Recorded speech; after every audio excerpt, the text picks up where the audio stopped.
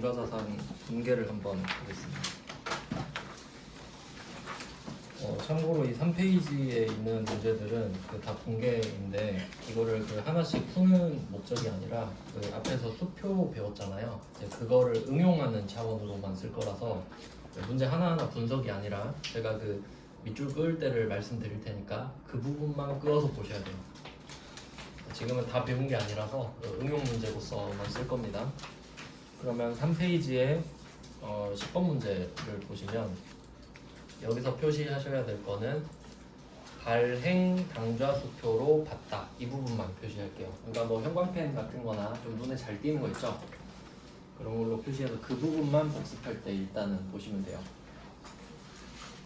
10번은 발행 당좌 수표로 받았다. 표시를 그냥 미리 한번 쫙 해볼까요? 그 다음에 11번은 당좌 수표를 발행하여 지급하였다. 이 부분만. 당좌 수표를 발행하여 지급하였다. 그 다음은 12번은 두 번째 줄에 수표를 발행하여 지급하였다. 12번 두 번째 줄 수표를 발행하여 지급하였다. 그 다음에 13번입니다. 13번은 첫 번째 줄 가운데 타인이 발행한 당좌 수표 지급하다. 다음 줄로 내려가서 지급하다. 타인이 발행한 당좌 수표를 지급하다. 그 다음에 14번입니다. 이건 좀 심화 문제인데 일단 표시는 해볼게요. 14번의 첫 번째 줄에 당좌 차월 계약, 이거 일단 표시하시고, 당좌 차월 계약, 그리고 옆으로 좀 가서 당좌 수표 발행액은 당좌예금 예입액을 초과한 상태, 이것까지 쭉. 당좌 수표 발행액은 당좌예금 예입액을 초과한 상태. 그러니까 이걸 그냥 생각해보면 원칙적으로는 이런 걸 부도라고 하는 겁니다. 그다음 내가 돈이 없는데 일단 수표는 주고 본 거죠. 그럼 이거는 부도 수표야. 근데 이제 두 번째 줄로 내려가 보시면 두 번째 줄 오른쪽에 당좌 수표를 발행한 겁니다. 그러니까 느낌에는 좀 당좌 수표를 부도 수표를 좀 발행했나 이런 느낌이 좀 들죠. 특이한 문제였어요, 얘는. 그 다음에 15번으로 내려가 보시면 자기압 수표로 받았다. 자기압 수표로 받았다만 표시할게요. 그 다음에 16번 자기압 수표로 지급하였다. 네, 이제 느낌이 오시죠? 전부 다 수표여기만 하는 거예요. 그럼 이거 관련된 답만, 답은 다 적혀있죠? 그럼 그것도 걔만 표시하면 좋겠네요. 자, 그럼 10번으로 다시 올라가셔서 이 문구에 관련된 답만 찾아볼게요. 자, 첫 번째 발행 당좌 수표로 받다, 이렇게 돼 있죠? 그럼 상대방이 나한테 당좌 수표를 준 거죠? 그럼 우리는 그게 뭐 자기압 수표인지 당좌 수표인지 알 바예요? 아니죠? 난 현금으로 바꿀 생각밖에 없죠. 차변에 현금 이것만 표시하면 되지. 금액도 지금 안 중요하죠? 그냥 차변에 현금이 온다는 게 중요하지. 이해되시죠? 쟤가 나한테 지가 발행한 당좌 수표를 준 거예요. 근데 나는 그냥 이거 빨리 현금으로 바꿔야지, 끝. 그러니까 차변에 현금. 나머지는 필요 없어요 지금. 그 다음에 11번으로 내려가 보겠습니다. 자, 11번에 당좌 수표를 발행하여 지급하였다. 제가 아까 말씀드렸죠. 당좌 수표를 지급하였다 할 때는 발행이 반드시 들어갈 거라고. 왜냐면 발행해야 줄 수 있으니까. 근데 뭐 신경 안 쓰셔도 돼요. 그럼 답을 볼까요? 그럼 이 말은 우리 말로 바꾸면 체크카드로 300 긁었다, 이거랑 같죠? 그럼 체크카드 통장에서 300이 나가겠네? 그럼 대변에 당좌예금 300이죠. 근데 지금은 어차피 뭐 이건 다 정해진 거긴 한데, 그러니까 굳이 좀 추가로 적고 싶으시면 뭐 자산 플러스 자산 마이너스 이런 거 적으시면 좋겠죠. 근데 이런 건 너무 간단해서 뭐 지금은. 그 다음에 12번 수표를 발행하여 지급하였다 돼 있죠. 그럼 한번 생각해 볼게요. 그럼 지금 앞에 당좌 수표인지 자기압 수표인지 말 안 했죠? 그럼 여러분은 이 수표가 무슨 수표인지 몰라요? 그럼 바보예요, 모르면. 이거 무슨 수표죠? 당좌 수표지. 왜냐면 우리가 은행인가요? 아니잖아. 우린 은행이라는 전제가 전혀 없거든요. 그럼 내가 수표를 발행하면 뭐겠어요? 당좌 수표지. 이해되시죠? 이거 억지 아니죠? 속으로 혹시 막 저 새끼 뭐 그러면 안 돼요. 맞는 말이죠? 이해되시죠? 네. 진짜 그냥 알려드리는 거예요 원리를. 그럼 답이 네 줄인데 지금 대변에 뭐만 표시하면 돼요? 당좌예금만 표시하면 되잖아. 이해되셨죠? 어렵게 나와도 이게 세무 1급 건데 이렇게 말해도 여러분 알 수 있어야 되잖아요. 그냥 현실적으로. 네. 지금 우리 자격증이 목표가 아니라 그냥 회계를 잘하는 걸 목표로 하는 거예요. 그 다음에 13번 이건 좀 심오한 문제인데 중요 표시를 좀 해두시고 이것 보고 제가 그 12번 문제도 넣은 거예요. 왜냐하면 13번 문제가 회계 1급 문제잖아요. 근데 굉장히 이제 이 정도면 좀 응용을 많이 한 편이거든요. 근데 얘가 타인이 발행한 당좌수표로 지급한 거죠. 예. 그럼 한번 루트를 생각해 볼게요. 타임라인을. 여러분이 지금 타인이 발행한 당좌수표를 받았어요. 그때 뭐라고 생각했죠? 받았을 때? 현금. 현금이라고 생각했죠. 근데 얘를 현금으로 안 바꾸고 다시 줬어요. 줬죠. 예. 그럼 뭘 준 거예요? 현금을 준 거예요. 현금을 준 거지. 이해되시죠? 네. 제가 이 문제 찾느라 여러분은 그냥 보시지만 저 진짜 이거 기출문제 아니에요. 이건 제 직업인데 제 공부할 시간 쪼겠습니다. 그러니까 이거 보시면은 좀 신박하다는 느낌 안 드시나요? 그럴 수도 있겠구나. 그럼 쟤가 발행한 거를 내가 현금으로 안 바꿨으니까 줄 수 있는 거죠? 그런 것까지 물어보는 거예요. 생각했냐고. 그럼 그렇구나 하는 거죠. 현금 줬다고 표시하시고, 그 다음에 14번 얘는 이거는 한 문제 딱 나왔었는데 그냥 상황을 좀 설명해 드리면, 그러니까 솔직히 수표 같은 거는 좀 약간 구시대 유물 아닌가요? 왜냐면 상식적으로 생각해봐요. 그러니까 수표라는 게 원래 왜 생긴 거냐면, 내가 옛날에 현금 거래를 할 때 막 1억을 주려면 옛날엔 사과 박스 갖고 가야 되죠. 요새는 비타500으로 줄었는데 5만원짜리 때문에. 근데 요새는 계좌이체 하면 되잖아요. 예. 근데 뭐하러 수표를 굳이 또 줍니까? 근데 수표를 쓰는 이유가 이것 때문이에요. 그러니까 당좌차월 계약이라고 돼 있죠. 예. 이걸 이걸 맺어야 내가 기업은행한테 당좌예금을 뚫을 수 있거든요. 그러니까 이게 돼야 내가 체크카드 통장을 만들 수 있다는 소리예요. 이해됐죠? 그러니까 내가 이 계약을 맺었어. 근데 지금 두 번째 줄에 당좌수표 발행했다고 돼 있죠. 1800짜리. 근데 그 첫 번째 줄에 이 발행액은 당좌예금 예입액을 초과한 상태다. 이제 이해되셨죠? 이거 내 부도수표 지금 뽑은 거잖아요. 이해되시죠? 여기까지? 그거 보고 이거 부도인데? 이 말이 나와야 돼요. 근데 이거 하나 더 표시해야겠네요. 세 번째 줄에 보시면 당좌계약 한도 내외 금액이다.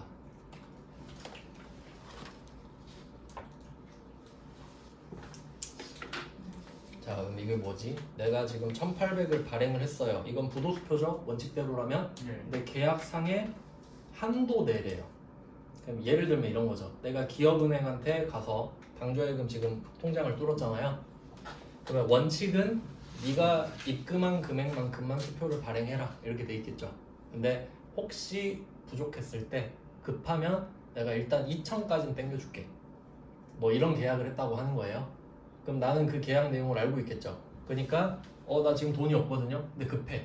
빨리 줘야 돼. 그럼 일단 1800짜리 발행해버린 거야. 누구 믿고?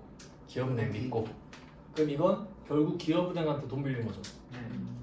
그래서 개정 이런 상황을 당좌 차월이라고 하는데, 그러니까 당좌로 돈 빌린 게 넘어갔다 다음 달로, 뭐 이런 느낌이라 보시면 되거든요.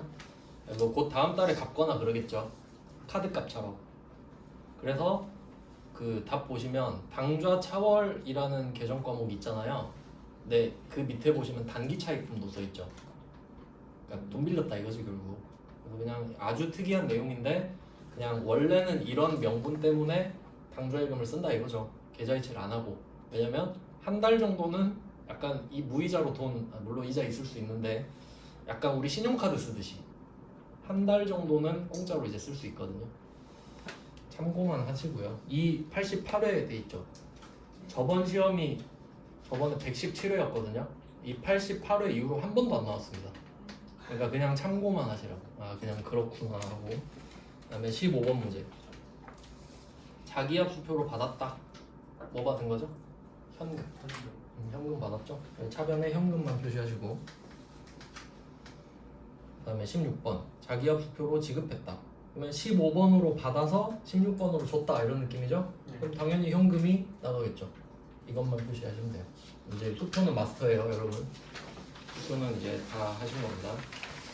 이제 4페이지로 넘어갈게요. 두 번째 그룹은 단기금융상품이라고 돼 있는데 사실 원래 이 단기금융상품의 주인공이 단기매매증권이거든요. 근데 우리 했죠. 또 할 필요는 없겠죠. 그래서 걔는 뺐어요. 원래 단기매매증권은 여기 들어가 있어야 됩니다. 그러니까 뭐 제목 옆이나 아래 공란에 그냥 이름 정도만 그냥 참고로 써두시면 될 것 같아요. 원래는 있는데 여기서 배우진 않겠다라는 거죠. 그래서 제가 이게 그 책을 안 쓰잖아요. 참고로 그 지금 오후반에 세무 2급 들으시는데 어떤 분이 합격했다 해서 물어봤거든요. 책을 혹시 샀어요? 그러니까 아니요 안 샀어요 이러더라고요. 검증됐죠? 책 일단 안 사도 돼요 여러분은. 혹시 필요하시면 세무 2급 책 사라 했죠. 근데 지금 시기가 좀 애매한 게 이제 연초잖아요. 그러면 세법 개정이 좀 들어가요. 그러니까 세무 2급 책 사실 거면 한 좀 늦게? 그럼 안 사는 게 낫겠네 그냥.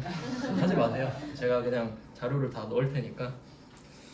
그래서 이게 그냥 제 고충을 좀 말씀드리려고 하는 거예요. 이게 원래 막 유동자산, 뭐 비유동자산 이런 순서대로 간다고 했잖아요. 그러니까 여러분은 그냥 지금 보기에 그냥 이 순서대로 배우면 되지 않나? 뭐 이런 느낌이 들죠? 그러니까 이제 유동자산, 비유동자산 순서대로 배우면 좋잖아요. 근데 우리 유가증권 앞에 배웠죠. 근데 유가증권 안에 유동, 비유동 섞여 있죠. 네. 그러니까 이제 하다 보면 이런 게 나와요. 그러니까 유동자산 이렇게 하고 비유동자산 이렇게 하는데 유가증권은 둘 다 걸리잖아요. 그러니까 가로 세로로 이렇게 겹치는 경우가 있어요. 그럼 저는 이거를 왼쪽에서 가르칠지 위에서 가르칠지 고민을 해야 되잖아요. 그러니까 그걸 나름 체계적으로 뭐 하려고 한다 이거죠. 그냥 그렇다는 거예요. 제가 노력하고 있다는 거죠. 그런 거예요. 그러니까 여러분이 책이 필요 없는 거예요. 솔직히 책 그 사잖아요. 제가 형식적으로 책을 한 권 받았어요. 학원이 사줘가지고. 근데 봤는데 책의 장점은 다 있다예요. 근데 단점이 뭔지 아세요? 다 있다예요. 다 할 거요? 아니잖아요. 그러니까 제가 이제 필요한 것만 정리해 놓은 거니까 이게 서머리가 되는 거예요. 그냥 자체가. 그리고 이거 참고로 보시고 나중에 책 같은 거 보시면 더 잘 보여요. 이거 내가 배웠던 건데 중요한 건가? 이게 공부 순서예요. 그러니까 책부터 보는 거는 진짜 시간 낭비예요. 네, 볼게요 이제. 4페이지에 단기금융상품 01번 보시면 답이 정기예금 돼 있죠. 이건 좀 상식적으로 알아도 돼요. 그 계약 현황 돼 있는데 세무 1급 거죠. 이게 시험에 나오진 않는데 그냥 알려드리고 싶어서. 자, 계약 현황을 보시면 계약자가 우진기업 우리 회사인가 보죠. 피보험자 참고로 이제 피자 들어가면은 그 당하는 사람이거든요. 그 피해자 할 때 피자예요. 그러니까 그냥 보험을 당하는 사람인데, 그러니까 이 사람이 다쳐야 보험금 나와요. 이해되죠? 이거는 좀 그 보험은 중요합니다. 그 시험에 계속 나와요. 그럼 피보험자는 임직원, 그러니까 이 판매부 임직원이 뭐 어떻게 잘못되면 보상금이 나오는 겁니다. 보험금이. 그럼 수익자는 우진기업. 이해되세요? 네. 그러니까 세 개가 나오죠. 계약은 누가 했다? 우진기업. 회사가 해줬죠. 그럼 이 말은 회사가 돈을 내는 거야. 계약을 했으니까. 근데 그 대상은 회사가 아니죠. 네. 그 회사 임직원이 뭐 다치거나 뭐 잘못됐다, 소송에 휘말렸다 하면 그게 발동하는 거예요. 보험이. 그럼 그 보험금이 누구한테 가요? 임직원한테? 아니, 수익자 누구예요? 우진기업. 이렇게 가야지. 이해되세요? 그러니까 보험은 이 세 개로 나눠져 있다고요. 이건 상식입니다. 근데 보통 내가 자동차 보험 들면 계약자도 나고 피보험자도 나고 수익자도 나지. 보통은 그렇지만 회사는 아닐 수도 있다는 거예요. 이해되시죠? 네. 자, 그러면 뭐 보험을 가입했네. 근데 보험료 납부 내역을 보시니까 250만 원짜리 있죠. 네.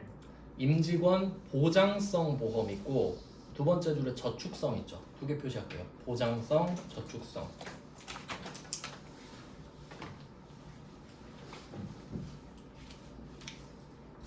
참고로 이 시험은 그 회계 1급, 세무 2급, 세무 1급이잖아요. 근데 세무 1급이랑 세무 2급의 차이가 좀 커요.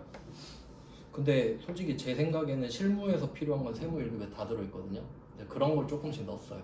참고하시라고. 그 실무가 안 놀래죠? 그러면 여기서 그 아까 제가 보험료 말씀드렸죠. 내가 내는 거.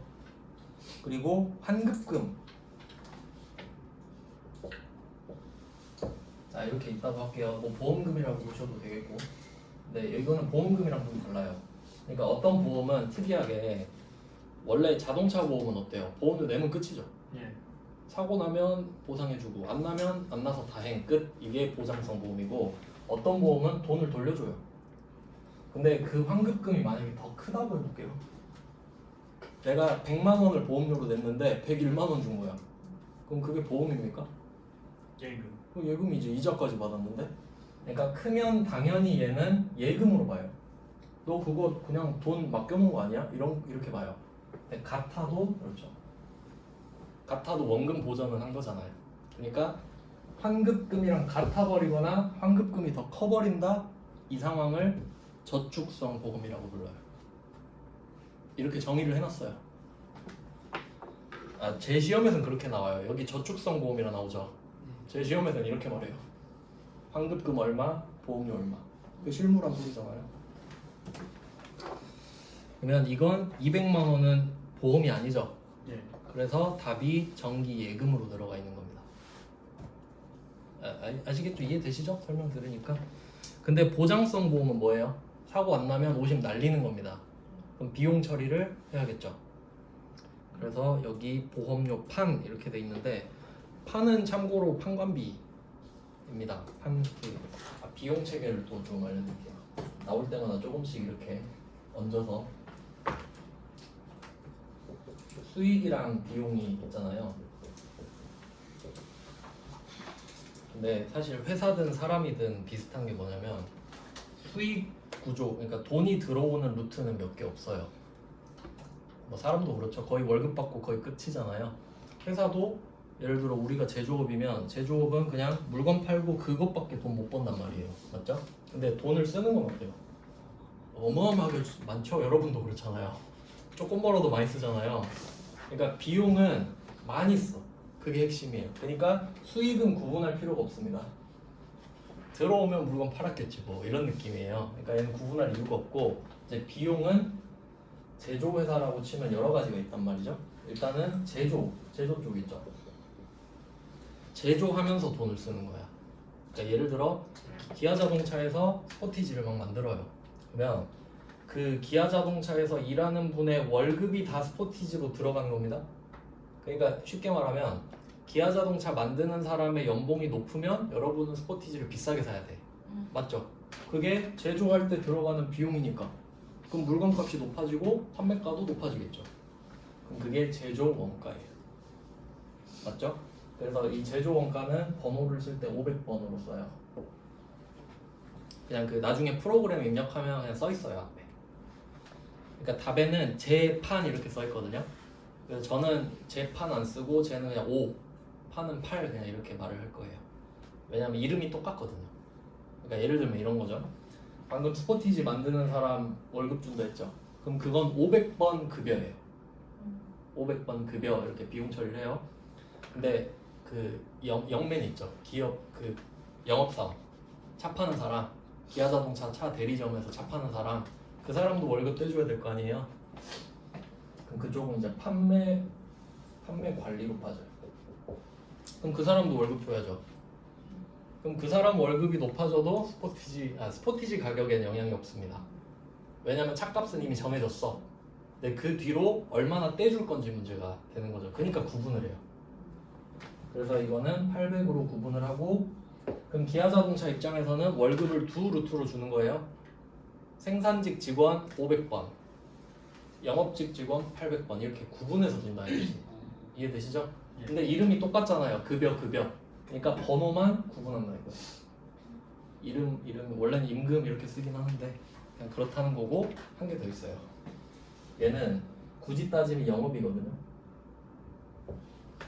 기아자동차가 스포티지 만들고 영업사원 쓰고 하는 거 영업 맞죠? 그래야 차가 팔리잖아요. 근데 영업 말고 허투루 쓴 거, 비영업이라고도 하고 영업 외라고도 해요. 얘는 900번 이렇게 쓰거든요. 아무 상관없는 거. 예를 들어 기아자동차가 뭐 삼성전자 주식을 산 거예요. 그럼 여러분이 만약에 기아자동차 주주야, 그럼 뜬금없죠. 아니 왜 삼성전자 주식을 사는 거야? 아 단타 치려고요. 이러는 거예요. 그러면 그때 수수료 같은 거예요. 어때요? 500, 800으로 들어갈 이유가 있나요? 기아자동차 입장에서? 아니죠. 그럼 얘밖에 없는 거죠. 그럼 한번 생각해봐요. 우리 단기매매 증권 살 때 수수료 들어갔죠. 네. 비용 처리했죠. 몇 번일까요? 900. 900이죠. 그래서 나중에 이제 보시면 900 써 있어요. 그땐 말 안 했어요. 그때 말하면 기분 안 좋았을 거예요 아마. 그쵸? 지금도 별로 안 좋죠? 그래서 나중에 보면 아 그래서 900이구나 이렇게 돼요. 뭐 그런 내용입니다. 그러면 이때 왜 보험료 800번이죠? 판매부 임직원이잖아요. 그럼 만약에 이 사람이 제조부 임직원이면 어떻게 되죠? 500번. 500번이었겠지. 그렇게 나누는 겁니다. 그리고 우리는 이제 배울 만큼 배웠으니까 많이 배웠잖아요. 보험료 보고 혹시 생각나는 거 제가 아까 말씀드린 네 글자 힌트. 뭐 비용을 먼저 냈다 뭐 이런 거 말한 적 있죠. 성급 비용. 원래 성급 비용이에요. 원래는. 왜냐면 지금 보험료를 처음 납부하고 있잖아요. 네. 개월 수가 지금 12월 31일이 안 됐죠. 그럼 원래는 비용 처리를 하는 게 아니에요. 괜히 말했나? 아니, 그러니까 원래는 성급 비용이 맞아요. 근데 이 사람 회계를 모르는 거예요. 그냥 뭐 보험료 냈으니까 비용 아닌가? 그럼 나중에 이거 12월 31일에 고쳐야 됩니다. 아, 그럼 이렇게 생각해 볼게요. 1월 2일이잖아요. 네. 그러면 보험 기간이 1월 2일부터 내년 1월 1일까지 이렇게 됐겠죠. 그럼 어차피 12월 31일 내년 1월 1일 하루 넘어가죠. 네. 그럼 그냥 아, 어차피 올해 비용으로 해 하고 그렇게 비용했을 수도 있어요. 그런 느낌이에요. 그냥 굳이 말하면. 근데 1번은 그냥 참고하시고 그럼 이거 뭘로 납부했죠? 보통예금으로 계좌이체했죠. 네. 그래서 대변에 보통예금 250 이렇게 된 겁니다. 그래서 정기예금은 자산이겠죠? 자산 증가. 보험료파는 비용 발생. 보통예금은 자산 감소 이런 느낌인 거죠. 그냥 뭐 좀 잡지식을 좀 알려드렸고 그 다음에 02번 이것도 세무 1급 거긴 한데 그냥 뭐 개념 보시라고 넣어봤습니다. 얘는 지금 정기예금으로 돼 있어요. 대한은행의 정기예금. 금액이 3천이고 개설일이 2020년 5월 1일, 만기가 23년 4월 30일. 그러니까 딱 보니까 3년짜리죠. 네. 그럼 처음에 가입했을 때 만기가 3년 뒤면 절대 유동자산 안 되거든요. 맞죠? 네. 그러니까 처음에 장기성 예금이라는 비유동으로 해놨을 거예요. 근데 가입은 20년 5월 1일 했는데 지금이 22년 12월 31일인 겁니다. 그럼 처음에는 3년이니까 아유 당 멀었네 이렇게 생각하고 장기성 예금 이렇게 딱 해놨단 말이에요. 근데 오늘이 22년 12월 31일이에요. 만기가 다음 달 4월 30일이네? 네. 그러면 보고기간 종료일 기준점부터 4개월밖에 안 남았죠? 그럼 내년까지 현금화가 되는 거죠? 네. 그럼 이제 유동. 정기예금이란 유동자산으로 바꿔놓은 거야. 그래서 위치 보시면 장기성 예금이 오른쪽에 있잖아요. 네. 자산의 감소예요. 장기성 예금이라는 자산은 감소한 거예요. 근데 차변에 정기예금이라는 자산이 증가한 겁니다. 즉, 그 이름만 바꾼 거죠. 비유동자산 없애고 유동자산으로 바꾼 거잖아요. 이래야 기분이 좋잖아요. 아, 유동자산이 늘었네? 이런 식으로 바꿔놓는 겁니다. 이것도 그냥 참고사항이고. 그 다음 이제 03번으로 가볼게요.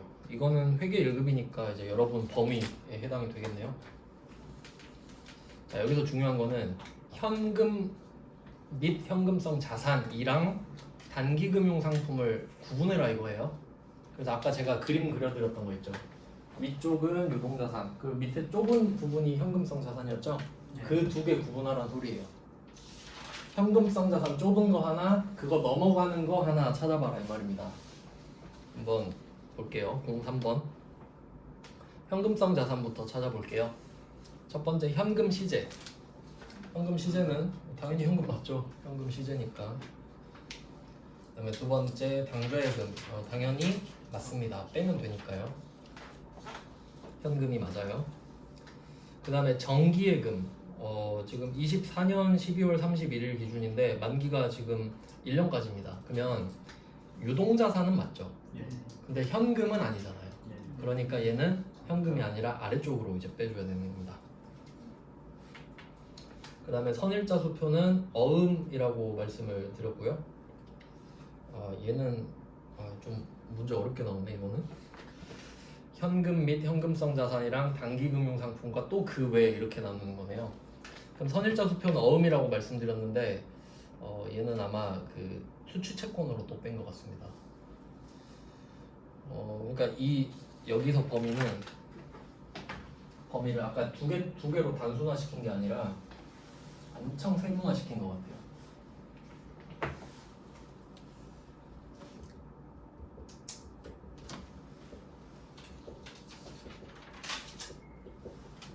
그러니까 뭐 현금 및 현금성 자산이 뭐 이런 범위다라고 했을 때, 그리고 같이 언급하는 게 단기금융상품. 그러면 그 현금 및 현금성 자산이 가장 좁은 범위잖아요. 그러니까 취득부터 3개월까지니까. 그러면 그걸 넘어가면 이제 단기금융 상품이 되는 거죠. 이런 느낌으로. 이 부분은 현금성 자산이 되는 거니까 현금성 자산이 넘어가는 순간부터 단기금융 상품 뭐 이런 거 하는 거죠. 이렇게 나눈 것 같습니다. 그리고 나머지 이런 느낌으로. 그러니까 좀 문제를 엄청 세분화시키고 이 두 개만 물어보는 것 같아요. 이런 느낌으로. 왜 이렇게까지 문제를 내는지 모르겠는데 최근 문제거든요. 네, 그래서 지금 이 구분으로 봤을 때 현금성 자산은 현금 시제, 당좌예금 두 개, 70만 원 이렇게 말을 한 거고, 그 다음에 단기금융 상품에서는 정기 예금만 들어간 거죠. 금융 상품이라서. 그러니까 그 금융 상품이 우리 배웠던 뭐 단기매매 증권이나 정기예금, 정기적금 이렇게 되거든요. 금융 상품. 그래서 수취채권 이런 것들은 그 나머지 쪽으로 뺐다 이렇게 보시면 될 것 같아요. 그러니까 선일자 수표는 뭐 밑으로 뺀 것 같습니다. 이렇게. 그 다음에 그 마지막에 외상매입금 있죠. 얘는 그냥 성격 자체가 부채입니다. 그러니까 여러분이 물건을 그러니까 매입을 하는데 외상을 한 거예요. 물건을 샀는데 외상을 했으면 돈을 안 준 거죠. 줘야 되니까 부채. 그러니까 다섯 번째는 아예 범위가 아무것도 아닌 거고, 저는 마지막에 선일자 수표가 좀 아쉽네요. 그러니까 저라면 문제를 현금 및 현금성 자산과 당좌 자산에서 두 개를 묶었을 것 같은데, 그래도 답은 쉬웠습니다. 1번이라서. 그래서 결론은 위에 두 개 아는지 물어본 문제인 것 같아요. 네, 앞쪽에 현금 쪽은 이론 주제입니다. 현금은 이론 말문제로만 나옵니다. 그리고 붕괴 나오는 거는 수표 붕괴 정도. 그래서 다 봤고요. 이제 진짜 중요한 주제를 할 겁니다. 5페이지에 수취채권을 배워볼게요. 이거 진짜 중요합니다. 수취채권은 중요해요. 그리고 이거 하면서 살짝씩 부가가치세를 좀 배워야 됩니다. 그럼 일단 좀 라인을 설명을 해드릴게요. 부가가치세를 우리가 정식으로 배우지는 않는데 필요한 부분만 좀 알려드릴게요. 일단 물건을 사고 파는 걸로 좀 보면 우리가 뭐 A라는 회사라고 해볼게요. 지금 수취채권을 배울 건데 그러려면 내가 물건을 줘야 됩니다. 물건을 주고 돈을 받아야 되는데 못 받은 거 해야 돼. 나는 물건을 줬어. 그럼 돈 내놔 이거 할 수 있잖아요. 내가 다음에 준대. 그럼 그게 수취채권이 되죠. 근데 지금 제품을 팔았다 그럼 매출이 붙고 매출채권이 되는 거거든요. 우리가 일단 제조업을 가정하고 있기 때문에 우리 회사 상황으로 볼게요. 우리는 제조업입니다. 그러면 제품을 매출할 거예요. 제품을 팔아요. 그리고 참고로 이 매출이라는 단어도 되게 중요하거든요. 그러니까 매출은 뭐냐면 파는 걸 매출이라고 하죠. 근데 우리가 맨날 파는 걸 팔 때 매출이라 그래요. 그러니까 삼성전자가 갤럭시 팔았다 그럼 매출이라 그래요. 그럼 당연히 매출 아니냐. 근데 그런 말 들어보신 적 있죠? 처분, 매각 이런 말 들어보신 적 있죠? 그럼 한번 연결해 볼게요. 삼성전자가 갤럭시를 처분했다, 매각했다. 그럼 좀 이상하죠? 그러니까 처분 매각은 약간 일회성 느낌. 그러니까 여러분이 당근마켓에 어쩌다 한번 물건 팔 때 약간 처분했다 이런 느낌만 맞죠? 네. 그러니까 매출은 영업을 말하는 거예요. 내가 맨날 파는 거 팔았다 이런 느낌. 네, 그러면 이때 상대방이 돈을 줘야 되는데 돈을 안 준 거예요. 돈을 주면 제일 좋겠죠. 근데 보통 이제 외상거래를 많이 하니까 이때 생기는 게 매출 채권이 되는 겁니다. 왜냐면 매출을 했으니까. 즉 매출을 한 대가로 생긴 수취 채권을 매출 채권이라고 하는 거죠. 여기까지 이해되시나요? 네. 이건 그냥 상황 설명을 해드린 거고요. 이제 부가가치세를 살짝 껴넣어야 돼요. 그냥 구조만 좀 알려드릴게요. 그럼 여기 그 5페이지에 02번 그림을 제가 한번 넣어놨는데 이걸로 그냥 참고를 해봅시다. 02번에 뭐 세금 계산서 써있고 금액 보시면 오른쪽 밑에 1000만원, 100만원 이렇게 따로 써있죠. 그럼 이거는 내가 1000만원짜리 물건을 파는 거예요. 1000만원짜리 물건을 팝니다. 근데 100만원이 따로 적혀있죠. 이게 부가가치세거든요. 부가가치세. 자, 나눠져 있죠. 이유를 한번 생각해 볼게요. 이게 부가가치세가 그 세금이라고 하니까 그냥 세금인 줄 아시겠는데 사실은 좀 성격이 특이해요. 우리가 일반적으로 아는 세금이랑 달라요. 왜냐면 이 A가 지금 뭐 상대방한테 물건을 판 거잖아요. 그럼 물건 값이 1000만원이면 1000만원만 받으면 되죠. 근데 부가가치세법상 이 A 회사 제조업은 과세사업자라고 하는데 1000만원짜리 물건을 파는 즉시 이 1000만원의 10%에 해당하는 이 100만원 이거를 내야 될 의무가 생겨요. 파는 즉시. 그럼 이 사람은 장사꾼이죠? 그럼 내가 1000만원짜리 물건을 그냥 좋게 1000만원에 팔잖아요? 그럼 100만원은 내야 돼. 그럼 내 손에 떨어지는 거? 900이죠. 그럼 그러면 안 되잖아요. 그럼 얼마 받아요? 1100을 받아야지. 이걸 징수납부라고 해요. 즉 부가가치세는 사실 사업자 입장에서 손해보는 세금이 아닙니다. 왜냐면 그냥 삥 뜯어서 내는 거거든요 사실. 그러니까 저 부가세 100만원 내야 되니까 1100 주세요 이런 느낌이야. 그러면 이걸 1100을 받잖아요. 그럼 우리가 회계 처리를 안 하면 그냥 1100 받았다 끝이죠. 근데 이제 회계 처리를 하잖아요. 1000만원만 내 수익이에요. 진짜 이게 내 돈이에요. 왜냐면 순자산이 증가했으니까. 맞죠? 1000만원이 증가했어. 그럼 100만원도 받았는데 뭐냐? 이거 세무서에 납부해야 되거든요. 그러니까 부채예요. 세무서한테 빚진 돈이 되는 거죠. 즉 이거를 구분하지 않으면 나중에 관리가 개판이 되는 거예요. 이해되시나요? 그러면 내가 이 물건을 팔 때마다 이렇게 두 개를 나눠서 한다고 할게요. 그럼 이 회계 처리를 1000번 했어. 그럼 부가세 이거 부채 100만원이 1000개가 쌓이겠죠. 그럼 나중에 그 금액만 갖다 내면 끝나요. 근데 이거 구분 안 하면 나 얼마 팔았지? 여태까지 허겁지겁 이렇게 되는 거고. 그럼 처음부터 다 해야 돼. 1월 1일부터 3월 31일까지 나 얼마 팔았지? 다시 찾고 있어야 돼. 그러니까 이걸 하는 거예요. 하나하나마다. 그럼 엄청 체계적으로 관리할 수 있겠죠? 그럼 이거 믿고 그냥 납부하고 그렇게 하는 겁니다. 내면 없애고. 그래서 이걸 구분하는 이유 아시겠죠? 그러니까 부채라는 게 중요해요. 근데 이거 부가가치세법에서는 얘를 매출세액이라고 해요.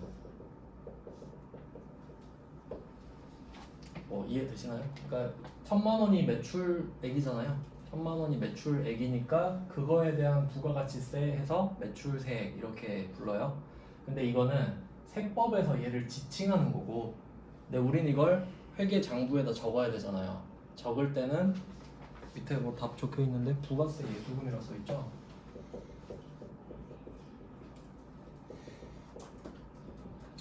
네, 예수금이라는 말이 나중에 또 나올 텐데 부가세는 부가가치세 줄인 거죠. 그냥 부가가치세 예수금 이렇게 된 겁니다. 부채라고 써두세요. 부가세 예수금은 부채, 위에 제품 매출은 수익 이렇게 써두시면 되겠죠. 그리고 나중에 예수금이 한 번 더 나오는데 미리 말씀드릴게요. 그러니까 이 예수금은 느낌이 삥 뜯어서 내줄 때거든요. 그러면 내가 100만 원 내야 되는 거 더 걷어서 내니까 난 손해 안 보죠 지금. 이것만 보면.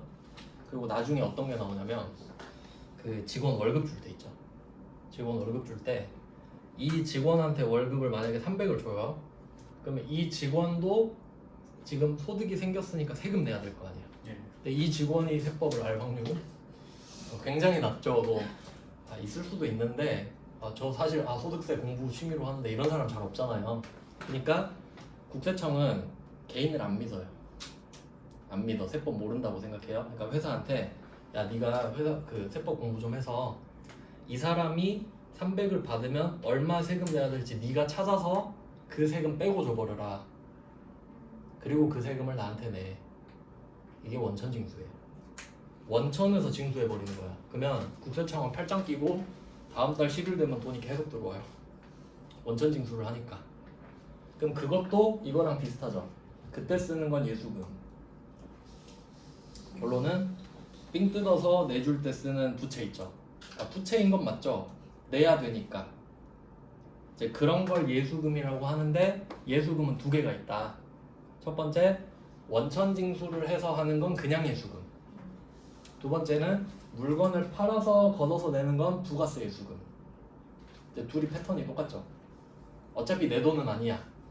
근데 내주긴 해야 돼. 그냥 참고하세요. 이따가 또 배웁니다. 나중에. 그래서 이렇게 두 개를 구분을 해놨죠. 그리고 차변에 외상매출금 써 있잖아요. 이제 매출채권을 할 게 정말 많네요.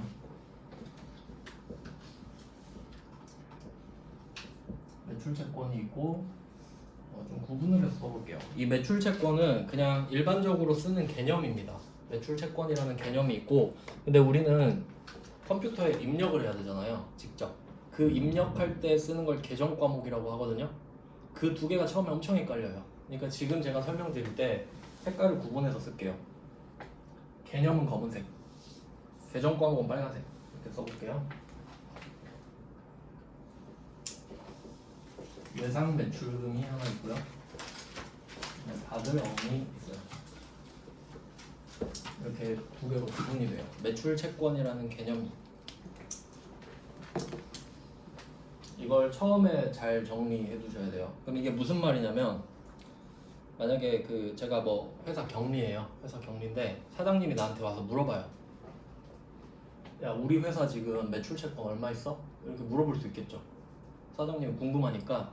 그러면 만약에 내가 에이스 경리잖아요. 그럼 어떻게 대답을 하냐면 현재 외상 매출금 얼마 있고 받으러 온 얼마 있어서 총 매출 채권 얼마입니다. 이게 에이스. 이해되세요? 왜냐면 나는 계정 과목으로 조회를 할 수 있거든요. 근데 하나씩 알려주면 더 좋아하겠죠. 그런 느낌이에요. 그래서 이 두 개가 구분이 되고 이걸 합쳐서 매출 채권이라 부른다 이거지. 그러니까 매출 채권이라는 계정 과목은 사실 없어요. 근데 내가 합쳐서 알려주면 그게 매출 채권인 거고, 이런 느낌입니다. 구분하는 이유가 있겠죠. 이유는 아까 어음 알려드렸는데 내가 물건을 팔고 어음을 받잖아요. 어음을 받는 게 좋아요. 왜냐면 법적 효력이 생기거든요. 어음법이 따로 있습니다. 투표법도 있고. 근데 외상매출금 같은 경우는 그냥 구두로 다음 달에 줄게, 이 대답만 받은 거예요. 위험하죠. 법적 효력이 없습니다. 그 차이가 크죠. 그래서 보통은 어떤 느낌이냐면 내가 물건을 지금 1,100만 원짜리를 팔잖아요. 그러면 처음에 물건을 딱 보내고 상대방이 이 물건을 받았을 때 검수를 하겠죠. 제대로 된 물건이 들어왔는지.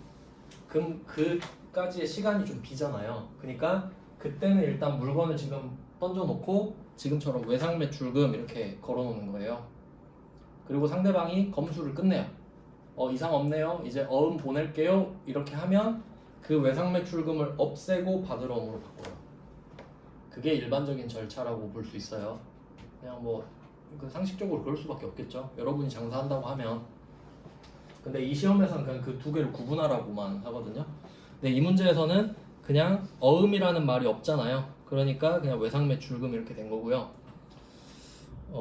뭐 이렇게 됐을 때 그리고 여기 이 문제부터 일단 분석을 해보면 지금 카드 결제했거든요 상대방이. 그럼 여기서 상대방이 있고 여기 카드 회사가 또 있는 겁니다. 그러면 이 상대방이 나한테 물건을 지금 사면서 되게 특이한 경우인데 카드로 잘 안 사거든요. 그럼 카드로 딱 내민 거예요. 그럼 우리는 카드 받아가지고 결제를 딱 해주죠. 그러면 우리가 카드를 쓰는 거랑 똑같이 이 카드 대금을 모아서 다음 달에 받아요. 그러니까 오늘 바로 받는 게 아니고 이번 달 거 쌓아서 다음 달에 한 번에 받고 카드 대금도 한 달 쓴 거 다음 달에 내고 이렇게 하죠. 그래서 이거는 어음을 받은 게 아니라 외상 매출금 이렇게 빠집니다. 어음을 받은 게 아닌데 외상이니까. 그러면 우리는 이 돈을 만약에 이게 B라고 한다면요. 이 1,100만 원을 B한테 받는 게 아닙니다. 돈을 카드 회사한테 돈을 받아요. 그리고 이 B라는 회사가 카드 회사한테 돈을 갚는 구조죠. 즉 그래서 내가 물건을 팔았는데 상대방이 나한테 카드를 내밀었다. 그럼 우리는 카드 회사한테 받을 돈이 생기는 겁니다. 그리고 이건 어음을 받은 게 아니기 때문에 외상 매출금입니다. 그리고 그 외상 매출금에 대한 상대방이 카드 회사죠. 그래서 이 02번 문제 같은 경우는 이게 메인 매출점표라고 써 있거든요. 메인 매출점표라고 있는데 뭐 답이 두 줄, 세 줄 뭐 이렇게 돼 있죠. 첫 번째 줄, 두 번째 줄에 보시면 답에 공급처명 유정 이렇게 써 있죠. 이 말은 내가 유정이라는 거래처한테 물건을 던졌다 이 소리예요. 근데 외상 매출금 옆에는 삼성카드라고 써 있죠. 내 거래처는 유정인데 돈을 받는 대상은 삼성카드잖아요. 그러니까 외상 매출금 옆에다가 거래처를 바꿔 적어준 겁니다. 카드 회사한테 돈을 받아야 되는 거죠. 유정한테 받는 게 아니라. 그래서 이 문제가 지금 카드 결제를 했다고 돼 있기 때문에 답이 이런 거고요. 근데 만약에 문제가 이럴 수도 있잖아요. 내가 1,000만 원짜리 물건을 팔고 그냥 구두로 1,100만 원을 다음 달에 받기로 했다. 이렇게 문제가 끝나면 이 삼성카드는 없어집니다. 왜냐하면 그 외상 매출금의 대상이 거래처랑 똑같기 때문에 그런 식으로 좀 볼 수 있고요. 그럼 이 문제 하나에 대한 분석은 좀 끝났고 일단 물건을 팔았을 때 부가가치세가 부채가 된다. 그러면 이제 살 때도 한번 생각해 볼게요. 우리가 물건을 살 수도 있겠죠. 그러면 이때는 물건을 사면 뭐 매입 원재료 같은 거 샀다고 해볼게요. 우리도 돈을 줘야 되잖아요. 뭐 결제를 어떻게 했다고 하고 그럼 똑같이 1,000이랑 100만 원으로 해보겠습니다. 이제 반대로 내가 1,000만 원짜리 원재료를 사는 거예요. 1,000만 원짜리 원재료가 들어옵니다. 그럼 얘는 이제 자산이 되겠죠. 근데 상대방이 1,000만 원만 달라고 하겠어요? 상대방도 장사꾼입니다. 그러면 1,100을 요구하겠죠. 그러니까 우린 1,100을 줘야 됩니다. 근데 아까 사업자가 걷어서 냈잖아요. 그럼 이때 낸 거는 돌려받을 수 있거든요. 왜냐면 이 원재료를 우리가 사용해버리면 끝인데 여러분 입장으로 한번 생각해 볼까요? 여러분이 만약에 뭐 경차 1,000만 원짜리 샀다. 그럼 부가세가 붙어 있을 겁니다. 그럼 1,100 이렇게 하면 부가세 내고 끝이죠. 왜냐면 그 차를 사용하기 때문이거든요. 사용을 한 대가. 근데 이 회사는 원재료 1,000만 원짜리를 사서 이걸 제품으로 바꾼 다음에 그대로 팔 거죠. 그러니까 이 원재료를 내가 사용하는 게 아니라 제품을 만드는 데 쓰고 넘겨버릴 거잖아요. 그럼 이 사람은 이 100만 원을 낼 의무가 없어요. 그렇게 되는 거거든요. 근데 달라니까 내야 돼요. 근데 나는 떳떳하죠. 난 이 원재료를 사용할 게 아니라 제품을 만들 때 쓸 거야. 그러면 나는 이 1,100을 내면서 이 생각을 해요. 이 100은 어차피 돌려받을 수 있다. 돌려줍니다, 사업자는. 그러니까 부가가치세는 이제 이 전체적으로 봤을 때 얘는 자산이 되거든요. 그럼 세무서 가면 100만 원 돌려주니까 세무서한테 빌려준 돈이랑 똑같아요. 그럼 전체적으로 한번 볼게요. 내가 1,000만 원짜리 물건을 팔아요. 그러면 이거 파는 순간 100만 원을 낼 의무가 생겨요. 그러니까 상대방한테 1,100을 요구해요. 그럼 1000만 원은 내 거, 100만 원은 다른 주머니에 이제 넣어놓는 거예요. 내려고. 그리고 100만 원을 냅니다. 손해 안 봤죠? 예. 자, 손해 안 보고 1000만 원 벌고 끝났어요. 그 다음에 물건을 사요. 그럼 상대방도 1100을 달라 그래. 그럼 1100을 내야죠. 어쩔 수 없죠. 그러면 냈어. 근데 이게 내가 제품을 만드는 걸로 뭐 인정이 됐다라고 하면 이 100만 원을 돌려받는 겁니다. 그럼 결국 1100원, 1100을 냈다가 원재료는 1000만 원인데 100은 다시 돌려받는 거죠.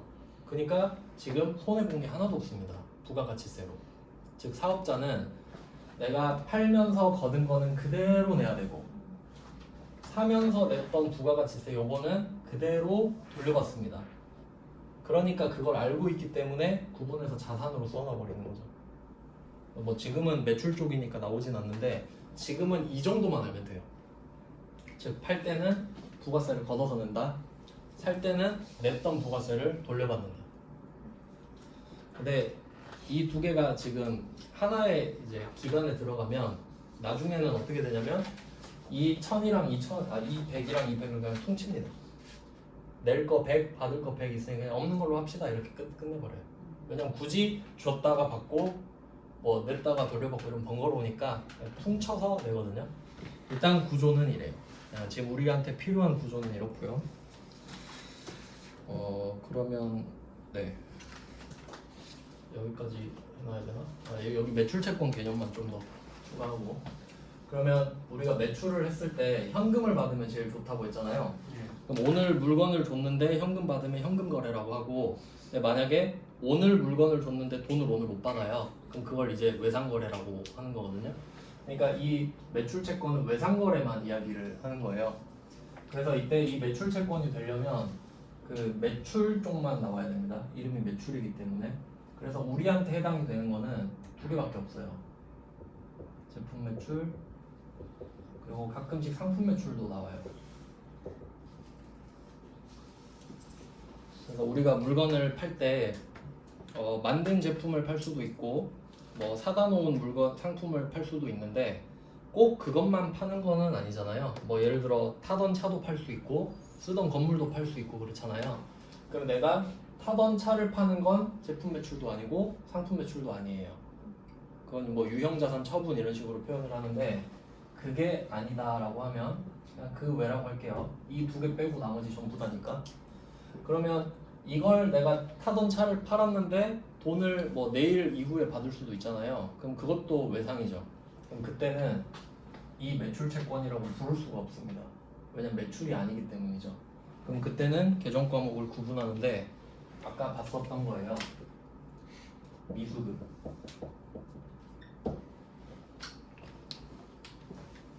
아까 사지선다 문제에서 그 뭐 선수 수익, 미수 수익, 미수금 이렇게 나왔었거든요. 그러니까 계정 과목을 구분해요. 이유는 이게 그냥 목적 적합하니까 그렇습니다. 즉 주주들이 봤을 때 내가 제품을 팔아서 아직 못 받은 돈하고 차 팔아서 아직 못 받은 돈은 아예 개념이 다르죠. 그러니까 그걸 구분해서 표기하라 이거예요. 그래서 사실 이 외상매출금 받으러 온도 크게 보면 미수금이라 할 수 있는 거죠. 못 받은 돈이니까 그냥 구분을 하겠다는 뜻이고, 그리고 처음에 여러분이 제일 많이 틀리는 게 뭐냐면 매출채권은 외상매출금 받으러 온으로 구분돼 있죠. 그래서 대변에 제품 매출이 써진 상태로 뭐 어음을 받았다 그럼 받으러 옴 쓰는 거고, 그런 말이 없으면 외상매출금 쓰면 되거든요. 나중에 차 팔았다 하고 어음 받았다 이런 문제가 나와요. 그럼 어음 받았으니까 받으러 옴이잖아요. 그렇게 틀리는 거야. 이미 내려와 버렸죠. 그러면 어음을 받아도 미수금이에요.